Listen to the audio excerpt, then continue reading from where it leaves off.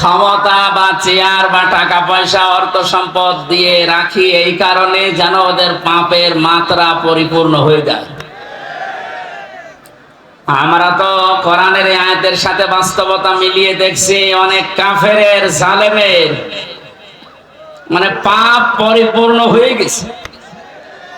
কত মানুষের যে বরদোয়া তার উপরে, বাইরে এখন আমি যাচ্ছি, এখন টের পাচ্ছি যে মানুষ কি পরিমাণে ঘৃণা করে এই মানুষটাকে।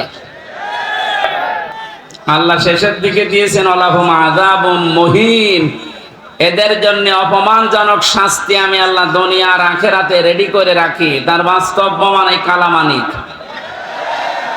ওর বেশি পর্যন্ত নাকি জনগণ উড়িয়ে ফেলেছে। আপনি টের পাচ্ছেন কত বড় অপমান। ও মনে হয় মরে যাওয়া ভালো। গত বর্ষদিন আমার মামলার হাজিরা ছিল।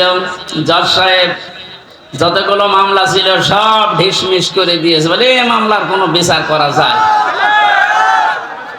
আমি মনে করলাম যে প্রশ্ন করে যে স্যার আপনার হাতেই তো 3 বছর ছিল এই মামলাটা, তখন তো জামিন দিলেন না, এখন হঠাৎ করে কি এমন শক্তি আপনার ভেতরে ভর করেছে? হয়তো জিজ্ঞাসা করলে বলবে যে আমার হাত বাঁধা ছিল, এখন আমার হাত খোলা আছে। সাদাকে সাদা কালোকে কালো বলার সময় এখন, কারণ কোনো চাপ নেই। ছাত্র জনতার মাধ্যমে যে বিজয় আমরা পেয়েছি, আমরা এইরকমই একটা দেশ চাই যারা যে দায়িত্বে থাকবে যেন কোনো চাপে না থাকে। আপনারা জানেন সাবেক আইজি আব্দুল্লাহ মামুন এবং তার আগেরটা শহীদুল ইসলাম, দুইজনেই ধরা পড়ার পরে এখন 7 দিন আর 8 দিন করে রিমান্ডে আছে। এদের নির্দেশে নাকি এদেশের হাজারের উপরে ছাত্র ছাত্রীকে গুলি করে দুনিয়া থেকে বিদায় দেওয়া হয়েছে। রিমান্ডে এখন না আমাদের যে অবস্থা করেছিল, মাটির নিচে নিয়ে কালো কাপড় দিয়ে চোখ বেঁধে পেছনে হ্যান্ডকাপ দিয়ে ঝুলিয়ে ডান্ডা বেড়ি পায়ে দিয়ে দড়ি মাজায় টাঙিয়ে 11 ঘন্টা টাঙিয়ে রেখেছিল। আমার মনে হয় এদেরকে, আমার তো বিনা কারণে, আর এদের তো কারণ আছে। আবু সাইদ, মুগ্ধ, ইয়ামিন, আবু রায়হান সহ যত মানুষ হত্যা হয়েছে এবং এই কয়েকদিন আগে এসে ভ্যানের উপরে লাশ তোলা হচ্ছিল, সেই লোকটাও ধরা পড়েছে। এদেরকে এখন আমাদেরকে যে দেখাইতো এই ডিম, এদের এই ডিম যদি একটু দেখান এমনি সব স্বীকার করবে।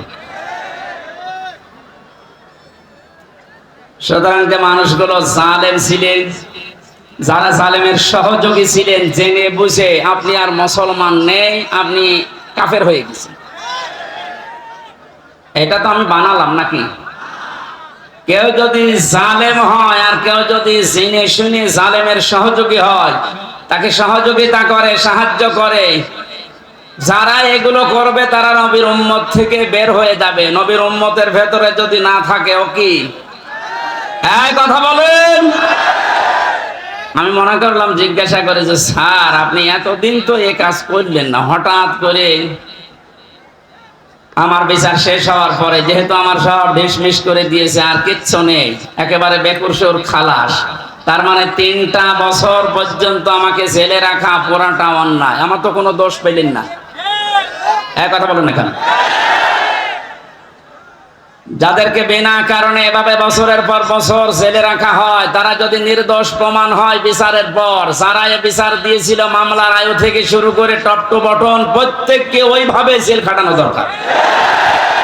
তাহলে যদি নাই বিচার প্রতিষ্ঠা হয়।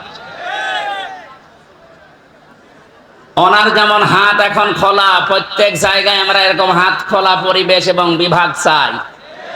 কথা বলেন। কেউ যেন এই কথা বলতে পারে না হুজুর আমার কিছু করার নেই, উপরের নির্দেশ।